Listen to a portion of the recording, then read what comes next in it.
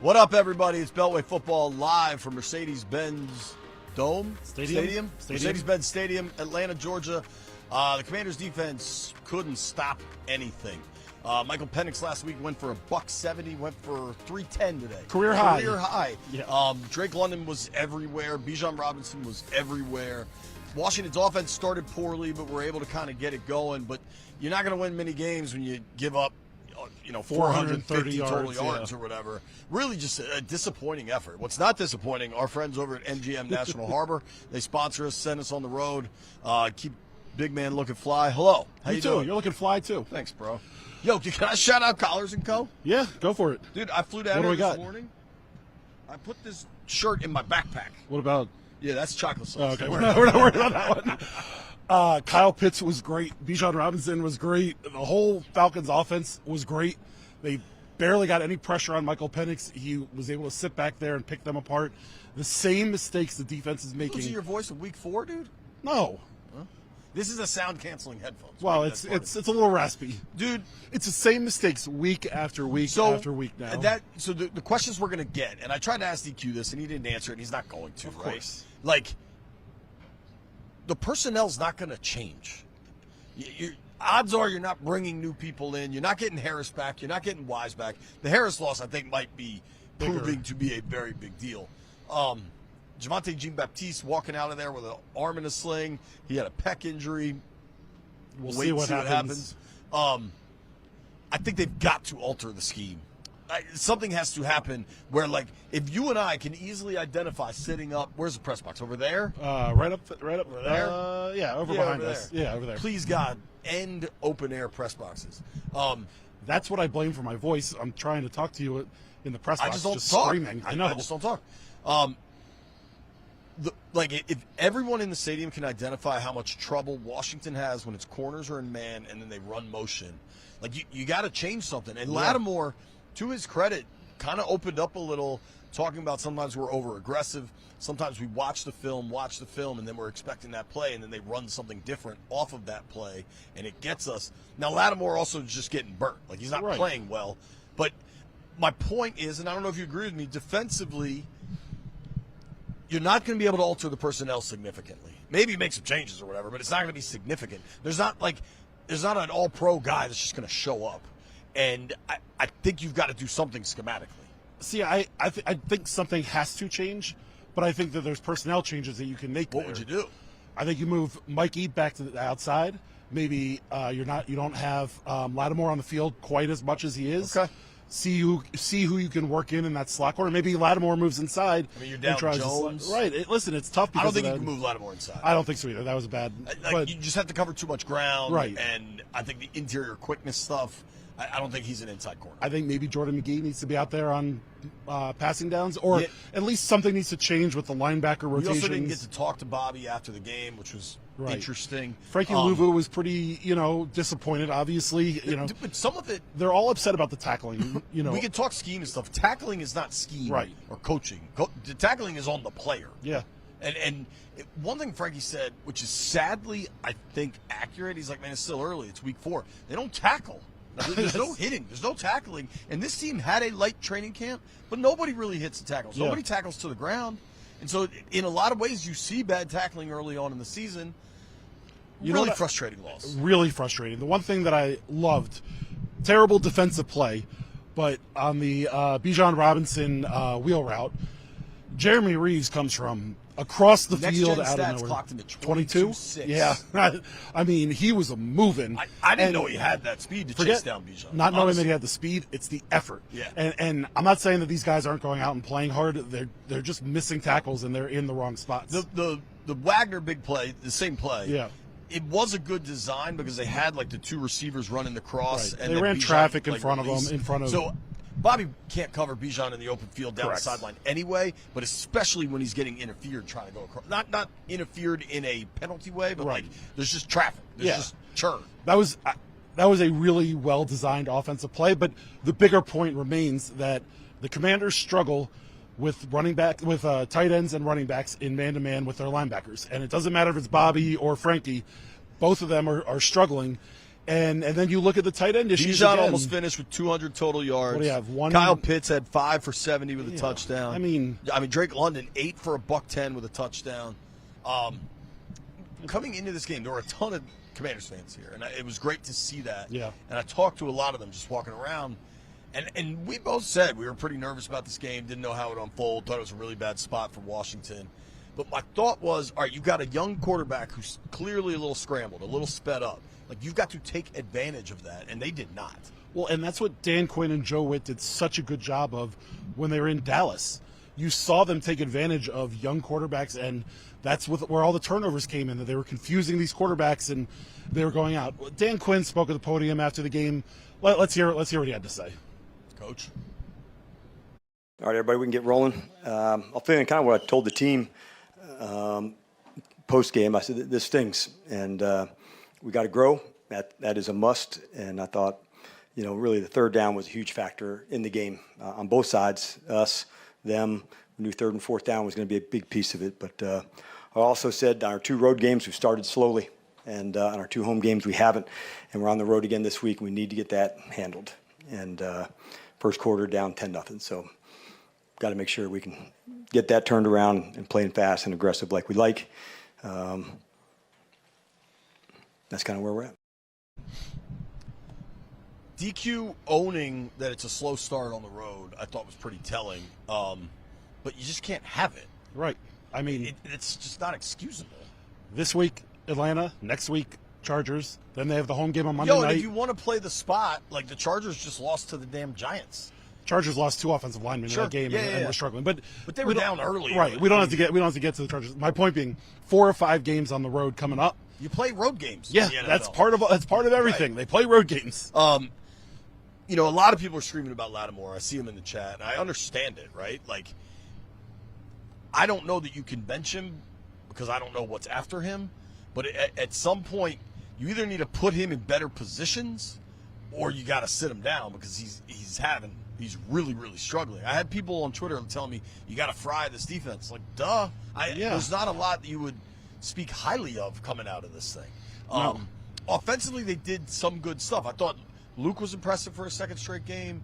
Debo looked pretty good. Yeah. C-Rod hit a long run. Offensively, they were okay. Mariota turned it over. You score 27 with your backup quarterback, right. you should win that game. You should feel good about it. One thing coming into the game, I said Matt Gay had to make all his kicks. He made all his kicks. 4 for 4. They just did not play as much as they played complimentary football last week, and it was really good in all 3 phases. The defense was so poor that they didn't really get much of a chance to win this game. They didn't give up 34 and 450. What was Atlanta's just offense per play? 313. Yeah, had to their average game 5. was about 7 yards. 7 play. That's tough. Listen, I think people are going to hate. Third down was an absolute killer. Washington red zone was a killer. The Falcons were terrible in the red zone. Falcons came into this game third worst in the NFL. Yeah, third worst in the NFL. In red zone. They came into this. Washington came into this game best in the league on third down. Atlanta went 6 of 12 on third down, and when the game was still a game, they were 6 of 10. Yeah, I mean, they finished a 50% conversion on third downs. When it was still a game, it was 60%. Well, and it was the killer was that after the Commanders scored to cut it to 7, Yeah. The Falcons just go straight down the field, 3 for 3 on third downs. They had the 3rd and 2 where there wasn't a Commanders defender at the first down line. Everyone was 5 yards behind. Easy money for Michael Penix. He was able to do it. We got a couple of our chats here. Okay. Alistair Beaton. Super chat. Yeah, super chatter. Super chat. Damn it, managed to send a blank super chat, much like the Commanders D. Poor showing all around, got the Falcons in tough spots, but the pass D was non-existent. $10 for that? They made a mistake. It happens to the best of us. No, the super chat looks like he paid $9.99. Yeah, things happen. Where's that go? Not in my pockets. Yeah, dude. It was a really, really poor defensive effort. Yeah. There's no way around it. We talked to Payne.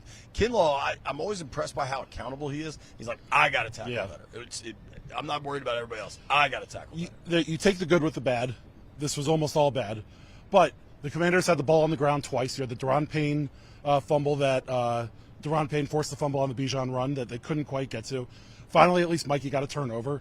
But then on the other side of the coin, The turnover, you get good field position, you're able to get a field goal. field goal. Yeah, they didn't even move the ball. DQ said, he's like, anytime you're trading field goals for touchdowns, it's not going to be enough. You want to hear from the offensive players? Yeah, let's hear from them.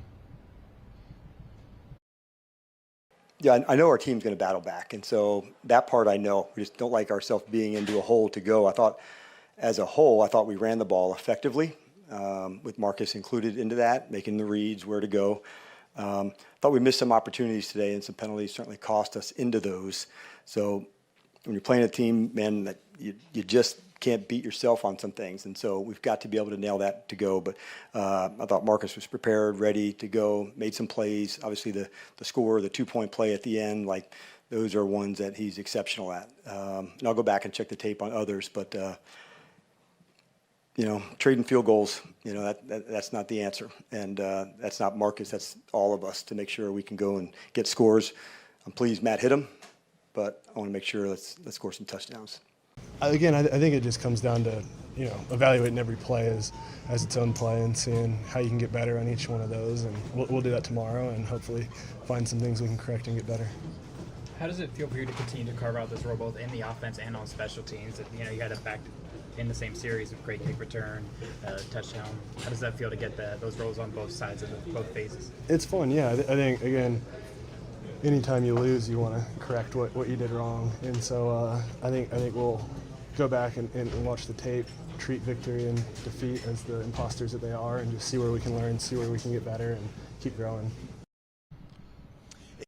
Comments in the chat are about the defense. The offense was good to fine, right? Like, it's probably some hollow yards in there a little bit. But this got a shootout vibe. Points of Palooza, baby. I know. Neither of us expected it, but under. It's tough because you go and you want to talk to some of these offensive guys. You're missing your top or two of your top 3 receivers. All the other injuries that you're dealing with, and they still put up 27. Like, the offense was good enough to win today. The defense wasn't, and that's where everyone is. That's where everyone's upset about. Offense and the specials got the job done. The defense didn't. Our guy beat Mr. B-Town Bones. Yeah, says we haven't been able Bones. to cover a tight end or running back this year. You got to think that's the scheme. Mr. Andrew, I feel like Cahoe and McGee should be on the field, especially on passing downs. You know who else? Kane Medrano. I know he's a little bit running around like a chicken with his head cut off. He was active today for the first time. He's got a ton of speed on defense. I don't know if he's the right answer, but what's happening right now is not the right answer.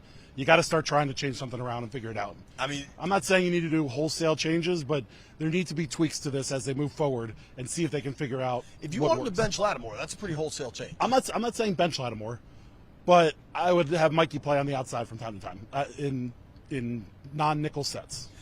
Dude, we were talking about it in the press box. Mikey got the pick today, but it's not like he's had the best start to the year either. No, but he was pretty good on the outside last year. Yeah. Moving him to the inside this year, it's almost a rookie season all over again for him. Yeah, he hasn't been great either, but you got to try something. I think you got to start, rotating around. I think the result today is bad enough that it forces your hand to try something different. But then I think next week the opponent you face is just going to run it down your throat, and if you can't stop the run like you did today, let's let the defensive players say their piece. Probably the third downs, got them into lower times instead of into the longer ones to go. Ben, I would say that would be one. Explosive plays, obviously, that's the other piece of it. But coming into it, we was a talented team, running team that could, get going in that way with Bijan especially. But, the explosive plays, and that was a big thing. And then not winning on third down enough. When you get them into that spot, man, you got to deliver. But we just got to find a way. There's been 2 away games where we got to pick up the energy, just all 3 phases. And, like DQ said, we got to do better on the road. Was there anything that surprised you from the Atlanta offense today, or did they just execute at a high level? No, everything they did, they showed it on film. They just executed at a high level. I feel like props to them. The quarterback did a good job. The receivers did a good job. And then, I think all around they did a good job on offense. Like I said, we just got to be better on defense and find a way to get more turnovers. Yeah, man, we just, got to tackle better. Got to understand the situation myself. Got to understand situationally, like those times where you just got to shoot your shot, play your play. They did a good job, credit to them. But we have a lot of stuff we got to learn from. We got to do it quick because we're back on the road again. those explosive plays. I mean, I know it's so soon after the game and you got to watch that, but is there, when you're looking at it, what kept happening in those situations? Oh man, I mean they made plays. Like I said, you got to credit those guys. They did a lot of good things. We have to be better at certain situations that doesn't give them those 3rd and shorts, 3rd and 4s, 3rd and 3s. Right? A lot of that involves tackling. So yeah, we missed the mark on that. Just an exasperating defensive effort, honestly. I mean, it's just about as bad as they could be. It really was, and you knew that Bijan Robinson was this electric player, and we all have watched him play. He's playing at a different speed out here on the football field, but you knew that Bijan was going to get his. You couldn't let the other guys get off, and that was the problem, was that everyone was open down the field, and what we thought was maybe a one-off against the Packers has now turned into 3 games of the kid Trey issues. Tucker last That's week. what I'm saying. You thought it was a one-off against the Packers. The only offense Thursday that night. really didn't move the ball was the Giants, and that I think is more of a Russ Wilson thing. Yeah, honestly. The one positive that I'll say, or one small positive, Eddie Goldman in the run has been a nice piece in the middle. Not enough to make to be a big difference maker, but right at the 2-minute warning, they had a 3rd and 2, and Eddie Goldman stuffed them to get to 4th down, and then the Falcons kind of. I mean, I have notes on that. Okay, the Falcons kind of gave the Commanders a gift by Raheem Morris. Time management. I mean, good luck. Well, dude. also DQ's time management and timeouts again were questionable. I mean, they were gifted an opportunity there at the end of the first half and just weren't able to do anything offensively. Right. I thought Mariota. If you want to start with a note, I thought the first throw that Mariota made to Luke McCaffrey on the deep crosser, if he gets that ball out in front of Luke, he gives him a chance. But the ball kind of fluttered up there, and then it happened. Exactly. Yeah. And then it happened a second time on the INT. Hung in the air. And it was an ugly ball.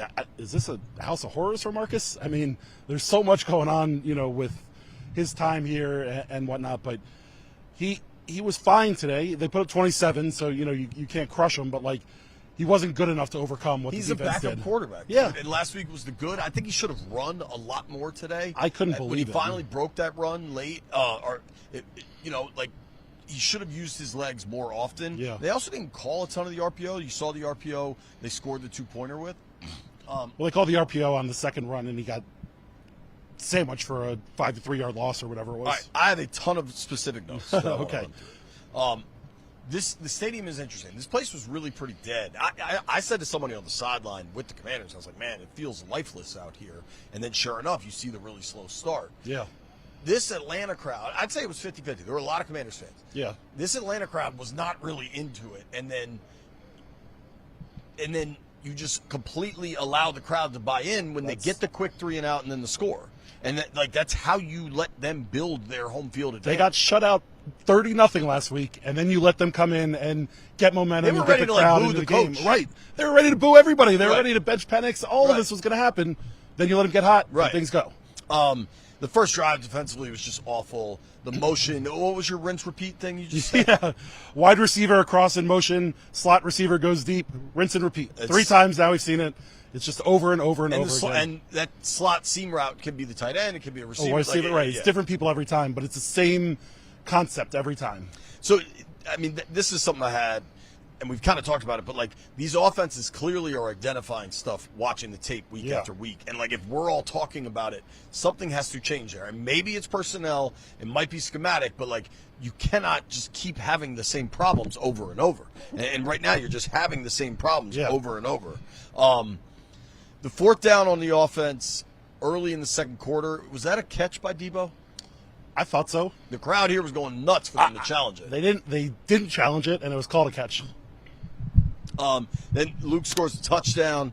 Do you think we're watching a Luke breakout here? No. Why not? Why? I mean, you say that emphatically. Yeah, Luke has been fine.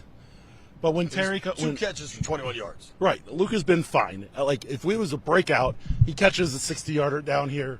He makes a couple more plays. But once Terry, and if Noah Brown ever comes back, or if Terry, whatever happens with them, I think Luke goes right back to the same role he was in. The Lattimore, the big play he gave up to Drake London, It looked like there wasn't quite a double move, but there was a little bit of action. Penix kind of looked like he was pump faking, but in the end, Lattimore just couldn't run with him. We had He just couldn't run There were with him. 3 straight third downs or second and longs when the Commanders got him into a second and long that they just targeted Lattimore and they just went deep on him. And one was a penalty, one was a long catch, and one was an incompletion. But clearly, teams have identified Marshawn Lattimore as somebody that they can go deep on. Who's my guy? I believe it's Zach Robinson's the OC down here. Yeah. Shout out to Zach Robinson for giving Tyler Algier 16 carries and Bijan got 17. I mean, every Algier carry is a gift to Washington. Like, that should not be Algier's touchdown run over here was really nice. But that was late in the game. Early on, Bijan's killing them and they have Algier in difficult situations. I thought Raheem Morris just a really the decision making there at the end. They gift wrapped an opportunity for Washington to at least get 3. Really? Washington couldn't take advantage. Somebody down here was telling me that they call him kind of derisively right now Coach Smiles because he's all loose and, I've seen it. and chill. That's tough for a team that's not winning, but they're all smiles today because they, this game, the final score is closer than it was. Bill is really good with the ball in his hands. Really bad without it. He's a problem, Without especially in pass pro. I mean, you saw Marcus take a shot. Yeah. That's why he's not getting the carries. Not to mention, I mean, C-Rod opened the game with a hell of a run. I mean, didn't open the game, but right, he had the first run, big play of the game. When the Commanders needed their offense to get going, C-Rod showed a lot of physicality and then speed to get to the outside and get there. Yeah, I got to say I'm impressed by what Chris has done with his body. He told us I mean, just how he looks is physically different than it was his rookie in last year. But like he said this offseason, he worked on speed. I think we saw it today. Yeah. Hold on real quick, just to finish on the running backs in pass pro. I think all 3 of them have kind of had their own sets of issues. I think you look at what Austin Eckler does and what he did last year. I think we may have underestimated that a little bit, how good he was. And maybe Brian Robinson. People wanted to run him out of town as fast as possible. Like, he's a B, maybe a B- running back, but he's going to give you 13 games and 700 yards. Right, and he's going to play. He's going to run hard. Right. Maybe he's going to get tripped up sometimes, but he's going to run hard. I think the other real quick thing about the running backs and the pass pro is Marcus Mariota versus Jaden Daniels. If Jaden's back there, he makes everybody look a little bit better. Totally. Entire offensive line. If Jaden's out there, though, does he help tackle Bijan Robinson? No. Yes, clearly. Listen, man, if you ask me in a vacuum, Jaden's going to miss 2 games, they go 1-1. Okay, you probably take that. Yeah. But the manner in which they lost this thing is just hard to. I have 2 non sequiturs. I have one. Okay, go ahead. If you have real things. Yeah, I just have one. I thought the middle of the offensive line today was a bigger problem than the edges. I think the first couple of weeks the edges have been a bigger problem. You had a trouble with the low snaps, which throws off the timing of the plays. You had a couple seeming miscommunications, guard, center. There was a third down run where Wiley just completely whiffed. And one of those grounding calls, I think, was interior pressure. Yeah, there was a lot more pressure up the middle today than I think we've really seen a lot, recently. Now non sequiturs? Now let's go non sequiturs. In the first half, certainly, you almost got blasted by a T-shirt. Yeah. A T-shirt. So everybody understands the press box here. Daryl, can you show them the press box? Is that Can we turn is that too much the to camera do? up? Or just show how like the suite levels are open. So like there's like a little glass barrier, but it's open to the stadium. Right. Which is quite annoying to work in. I can't stress that enough. Mike Phillips, if you're listening, that's why the windows should be closed. And that's why my voice sounds the way that it is, work. because I try to talk too much in the press box. But they have the cheerleaders or the Falcon Force, whatever they may be called, throwing T-shirts, T-shirt toss, everybody gets fired up. But then they also have the cannon, like the big joint. Yeah. And this T-shirt grazed the big man. It landed right next to me. I was down typing. We're like working, and then I was like, what the was heck? that? Yeah. Because sometimes stuff will fall down, Right. like a cup or like a hot dog wrapper or something. Listen, we're in Atlanta. They like their guns out here. You've been waiting on that. Now, you then what? Dropped it off? So I looked over the edge. So we're in between the 200 and 300 level, and I looked over the edge and trying to get somebody's attention. No one turned around, so I dropped it into the aisle because I could just imagine from a level above dropping it into someone's lap and get a little freaked out. But I don't know that I need a Falcons Force T-shirt. No. Right? And then, DJ, I don't know if you could do this. So I want to just talk about this stadium in general. There's a couple things to talk about with the stadium. Yes. I want to talk about the good. Let's step out and let's let Daryl. Ideally, can we show that? Open. The best part, or maybe just show the ceiling, kind of, DJ. Yeah. This stadium, I think Atlanta and Minneapolis are a really good resource to think about what RFK might look like down the line. This is a dome, right? But you feel like you're outside because there is so much natural light, and it's awesome. And I hope Washington is able to incorporate a ton of these elements. It's really, really cool, and I think you can make that feel at RFK where, yes, it's a dome, but it feels outdoors. I also wanted to say, I know a lot of people are freaked out about tailgating at the new RFK. When you drive around down here, right? Like I took an Uber from the airport this morning. What do they say? Like, life finds a way? Isn't that what they say in Jurassic Park? People are out there drinking and grilling. Like, people, they go to, like, I drove by a gas station that was jumping. There was a dude cooking barbecue. They had a DJ set up. You could just buy drinks at this gas station. One of the radio stations down here does a full-on tailgate where they have, like, a band playing. Right. And tickets are free for folks to show up. I've been to every stadium in the NFL. I'd say at least half of them are in urban settings. People still get to drink beer and grill meat, so don't worry about that. Now, my last thing about this damn stadium. Do you have one more? I finish your stadium, and then I'll go on the stadium. Okay. I've noticed this before when we've been down here. Remember the themes? Oh, yeah. Like, Atlanta does a hell of a job, and maybe this fan base is slightly apathetic, and you got to entertain them, right? You do not need every stop of play. There's some incredibly loud song. Every slight break in the action, there's like a new activity, an activation. You and I are entirely opposite on this. Dude, it's just too much. I thought the game presentation was awesome. So it's too much. They're at 160. Dial it back to like a 75. I had never seen this in my life. I also was unfamiliar with his work, but I knew one of the songs. A lot of stadiums will have concerts at halftime. They had a concert just during a 2-minute warning. My man Scrappy. Scrappy was a heck of a performer to get it done. DJ, do you know Scrappy's big song? What is it? He had one song that I knew and was into. In the club or something. Yeah. Somebody just said it in my ear. I'm opposite of you. Shout out to Scrappy. Scrappy gets a game ball. I thought the game presentation was really cool. Too much. I think it keeps football the fans. Is why people are here. Yes, sometimes it's okay to let the football breathe for a minute. A lot of times there's really bad football. You got to plan for bad football, what you're going to do there. Listen, maybe I love the cheap concessions. Even the beer's kind of cheap. Like free refills on sodas. I love that. It's family friendly. Right. And they want to put on a show, and that's great. But, like, football's the show. Everything else is like a side secondary dish. So, like, just chill out a little bit. So maybe, fine, you can chill out a little bit. I liked it for the most part. I didn't think it was distracting. I think they did a good job of keeping it. I'm not saying it was distracting. I'm saying it was annoying. Maybe because it was so loud for us out there. Yeah, you know what? If we were in a regular press box, we wouldn't care as much. Maybe. It's just hard to freaking. You mentioned the prices for everything. I thought that's obviously something that happens here. You know that Arthur Blank and the Falcons decided they wanted to do. Their PSLs are also super low compared to the rest of the league. There are things that there can be PSLs, there can be reasonable price PSLs, and then you can also make hot dogs $1.50, refillable sodas, whatever it is, $8 beers, $5 beers, whatever the number is. There are things that they can do. I think you can get a domestic light beer, whatever their beer deal of choice, Bud Light, Miller Lite, whatever, for $8. Yeah, it's pretty darn. Anyways, Josh Harris was walking around pregame on the field. There's so many things here that I would love to see them incorporate into the RFK. Me too. And it's funny you mentioned. I don't think the cheap beer is going to be one of them. No, it's funny you mentioned Minneapolis though, because that was the other stadium that I was talking to. I imagine they're built by the same people, the same group of architects. You have Ravens Stadium, Ravens, Eagles, were built by probably the same people. They're kind of similar looking stadiums here and Minneapolis. I bet the dude that built FedEx never got another gig.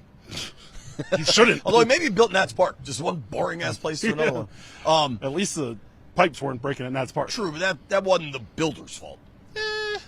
Yeah, it's upkeep. Yeah, 25 years later. Yeah, you're right. All right, those are non sequiturs. Let's get to Game Balls and Goats, brought to you by Oarsman Automotive of Virginia. They're always steering you in the right direction. We're trying to do the same. Do we just want to do? Is there any game ball that you want to give out? I could give you some hat tips, but probably not a straight up game ball. Luke McCaffrey hat tip. C-Rod hat tip. Yeah. Revo hat tip. Revo. I mean, yeah. Just a kind of one-off little play I loved when Mariota had that big run for the first down. I believe it was Jalen Lane. It was right here. It was down this sideline. Yeah. I believe it was Jalen Lane was running with his receiver, was running with his defender. And he just threw his hand up. Mariota took off running. He threw his hand up to keep the DB with him rather than turn around. Yeah, that was real. That was just a heads-up play from a kid that you could tell is really smart, and his dad was a coach. Yeah, right. Dad coach play, absolutely. Raheem Morris gets a hat tip for keeping the Commanders in this game, giving them some opportunities. Zach Robinson for just giving Algier the ball all the time. Right. I mean, there are a couple of those little ones. Let's get to goats. Is the T-shirt cannon a goat? I think it's a game ball. I enjoyed it. Almost your eyeball. Yeah. Fine. You like the dog and pony show. I like interactivity. Just let football be the show. Football's why we're here. Yeah, I can do two things at once. You got some goats. Fire away. Lattimore. Yeah, Lattimore. Joe Witt. Bobby Wagner. I think we're getting to a point. Call it, man. Yeah. You got to start having some conversations about it. The other he Joe had 2 Witt sacks last week. It was really he did. good. I know. You got to try not to be reactionary at the same time. There's a time and a place, I think, for Bobby Wagner, and he's great against the run. He's great within the tackles. Anything where they ask him. He's been at 100% snaps, I think, in every game he's played in Washington. I thought they did way too much zone blitzing. Too often you had Dorrance Armstrong dropping back into coverage. I hated seeing that. On the 4th down in the first quarter, Javon Kinlaw, it was 4th and 1. Javon Kinlaw wasn't in the game defensively. I hated that from Joe Witt. Eddie Goldman's been good. Deron Payne is good. Get your big bodies in there. Javon is the biggest of the bodies. Get him in there. Yeah, that's a big fella. I'll start there. Yeah, I mean, just keep going. You're on a roll. I thought Senate had a tough penalty. Yeah. You know, as well as they ran the ball last week, it wasn't the same thing today. I think Tyler Biadasz gets at least a can kick. The snaps were low, and maybe Jaden's athletic enough to keep things going and on time when that happens. But with your backup quarterback, you got to do everything you can to help him out. I think we put a pin in this, but at some point, is all the talk of age a question? Yes. They don't have the speed other teams have. Yes, and absolutely. Not to say older players can't be fast, but speed, athleticism are a big deal in the NFL. Yeah. Probably an unpopular one, but Jalen Lane at least gets a can kick. Two fumbled punts. He's got to just call fair catches sometime. Right. Yeah. My big question when they drafted Jalen I also think a lot of these guys are just trying to make a play. I know, and it's hard because these guys know that they need to make a play to jumpstart this team, but at the same time, you can't be putting the ball on the ground. Can I ask you a question? Yeah. This place, you love it here. You said you love it. Yeah. I mean, we're indoors, climate controlled, it's pretty damn perfect in here. Yeah. Sweating a little bit, big man. A little bit. Why? The throat is pretty dang scratchy, as you can hear. Can I ask another question? Yeah. So, people have heard about the table, my issues with just having a table. Yeah. I feel like other people, if they ask for a table, they'd get one. Hold on. I was going to compliment the table setup this week. Good. I'm glad you're happy This is with our the table. best table setup yet. However, why do you and I continuously just go away from the table? I know, we keep backing away from it We're further like and further. shells in the ocean, just drifting away from shore. All right, I want to get back to football. Jalen Lane, real quick. Sure. My concern when they drafted him is he's very fast on paper, but he never had to do it in college running these deep balls. The deep ball in the I end. think he's fast on the field. Yeah, I agree. He's fast on the field too.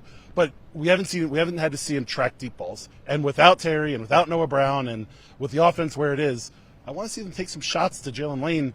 Let's see what he can do. Is that about Lane or no? It's the offense. It's the offense. It's Cliff. It's all that. But you have an opportunity now where you can play around with it and figure it out. And I want to see them take some shots. Let's see what the kid can do. What did they end up with? They ended up with 22 carries against 27 passes, so it was relatively balanced. I don't know, man. Offensively, they weren't great. You end up scoring 27. Right. It's pretty darn good with a backup QB. Binary only. Does Jaden play next week? Yes. Does Terry play next week? No. Okay. Noah Brown. Noah Brown, I don't think so either. We talked about it a little bit. I think you got to put either Noah Brown or Terry on IR because they manufactured it today. I mean, that was our question: was how do you get through inactives? Who was down that you think really hurt them? They need to go. They need to bring in a receiver. That's what I'm getting at. Yeah, Chris Moore wasn't great today. Yeah, it's great to think that these young kids are going to be able to come up from the practice squad and help you. You got to go get a vet because right now you're running around with not enough on offense. The post guys were asking I'm guessing there's a story in the Post coming tomorrow about like optimistic versus pessimistic through 4 games, because they were asking that question a lot. How do you feel on that through 4 games? You feel optimistic or pessimistic about this team? I feel neutral. But about that? It's pretty chicken bleep. Yeah, it is. I'm a fence sitter. No, the thing is, I'm not pessimistic about them but there are a lot of things to be pessimistic about. Quite frankly, I thought I had them at 3-1 through 4 games. I had them at 5-1 through 6 games. I think these next 2 weeks are going to be big because you're going to have Jaden coming back from the injury, whether it's this week or next week. What's going to happen with Terry? What's going to happen with the receivers? There are going to be some guys that are going to have to step up and make some plays, and that's just on the offensive side of the ball. The disadvantage of having an older, veteran-laden team, you see it with athleticism and speed, right? The advantage is guys in there aren't going to freak out. It's week 4, right? 2-2. There's a ton of football. Like there's not going to be this sense of urgency, but maybe there should be. I think there should be also, some like as we've clarified in the pods, there can be a difference between like an emergency and urgency. Right? And I think week 5 going to LA, they just lost to the Giants, down some players. You might need some urgency there, especially. I mean, if they start slow again next week because it's on the road, like what are we talking about here? The next one's going to be a Monday nighter against the Bears, and the Bears are going to come into that one, fired the bleep up. Right. So, what from last year? I don't think that carries over. Oh, it's absolutely. a different coaching Doesn't staff. matter. Half the team turns over. Absolutely, it's going to carry year later. over. Yes, I disagree. The embarrassment of the way that game ended. You have the Caleb Williams, Jaden Daniels discussion, or whatever. That they are going to be fired up for that game. Sure, it's Monday Night Football. Jaden and Caleb. Like I don't think they get fired up for every game. Yeah, like I think for fans, game, that's more of a conversation point, and the guys will get asked about it that week. But like I don't think it's going to impact the action on the field. No, I just think I think you're gonna have a fired up Bears team coming into FedEx or Northwest Stadium, whatever it's called. Yeah. Let's get to the stuff. Let's get to the stuff. Who's the stuff brought to us by? MGM National Harbor. Bang. Tap Sports Bar. Yeah. Home of the best tater tots in the land. Dude, they have an awesome game day experience for fans when the Commanders are on the road. Just the right amount of stuff. Yeah, just the right football amount of stuff. is the show, and then there's some stuff. Football is why we're here, not Scrappy. All due respect to Scrappy. Taking some shots at Scrappy? No, my beef was not with Scrappy. It was something every second. We'll start with 100 chips. Both of us had the under. I parlayed it with the Commanders. We were all the way wrong on everything. All the way wrong. We can just move on from 100 chips. What are we at? You're at minus 20 on the season. I'm 0 for 4 on the year, so I'm minus 400. So yeah, it was an ugly showing. A couple parlays Neither of us were close to get back. Listen, is there a point you could get to where you would stop parlaying for this game? Because it's not real money. Because it's not real money. That's not in the spirit of the game. It's okay. I just try to pick winners. I'm just trying to beat you. We got an early look ahead for Chargers next week. I haven't looked yet. I'll check my email. Yeah, you keep doing the stuff. Next we can get to the over-unders. It was a clean sweep for JP, although I think Perina might have had a wrong number. But either way, clean sweep. JP won. Passing yards was under. Rushing yards was over. And the sacks plus fumbles was under as well. So what they end up with? Two? One sack and one fumble. Or one interception. So that was not pretty. But you have a 2.5-0 lead there. Commanding. And then, no, that's real quick, not a real line. Benji bet wasn't close. Both had the under. Both had the Commanders winning. Didn't happen. So 27-13 for 26-13 for me. 27-20 for you. Neither of us were particularly close there. So yeah, this is a couple rough weeks of stuff for us here on the pod. We got to get to the lab and figure some stuff out here. If I may, do you need to channel your inner Javon Kinlaw on? It's on me. I mean, I'm up 2.5-0, and I'm 300. I don't know. You've down lost money. Every bet. You're down money. I'm 2 for 2. My analysis of this team, the way that I've foreshadowed these games, hasn't quite come to fruition. Okay, it's okay. It's early in the season. I'm not freaking out. Maybe there's a little more urgency next week when they go to LA, but it's not an emergency. I'm a vet in this game. Been there, done that before. I want a damn line for Chargers Commanders next week. They might not be able to have a Chargers line yet because the O-line injuries that just happened is tough. You get to all right. We're done after this. That's everything we got. You get to make one adjustment, one single adjustment. You get to make it for next week. Jordan McGee on the field passing nickel. downs. Yeah, nickel, passing downs. Kind of everything's a passing down now. Like the hard part with that is outside of like third and short, fourth and short, what isn't a passing down? Well, that's what. Second and 8. So they had the Falcons in 2nd and 10 plus 4 different times, I believe, today, and the Falcons had 3rd and less than 5 all 4 times. Bring Jordan McGee in on those downs. That's where I want to see him. Okay. He's a big man. We're done. We're done. If you made it this far, JP owes you a new stadium. No, you owe him $50. That's the new thing. No, we're not doing 50. You made it this far. Mitch owes you $50. No, if you made it this a far, lot of people asked. JP owes you $100. No, one beer. It doesn't multiply. Goodbye. Goodbye.